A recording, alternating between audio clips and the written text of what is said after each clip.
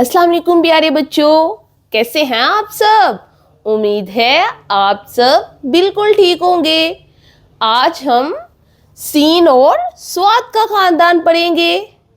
प्यारे बच्चों, क्या आपको पता है सीन के खानदान में दो हरूफ आते हैं, सीन और शीन।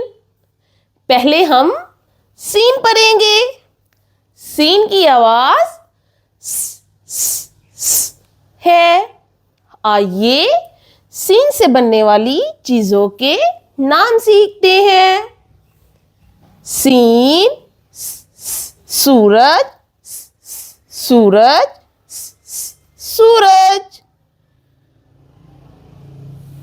सीन सितारा, सितारा, सितारा। सीन साइकिल, साइकिल, साइकिल। तो प्यारे बच्चों, क्या आपने गौर किया? सूरज, सितारा और साइकिल, इनकी आवाज से शुरू होती है।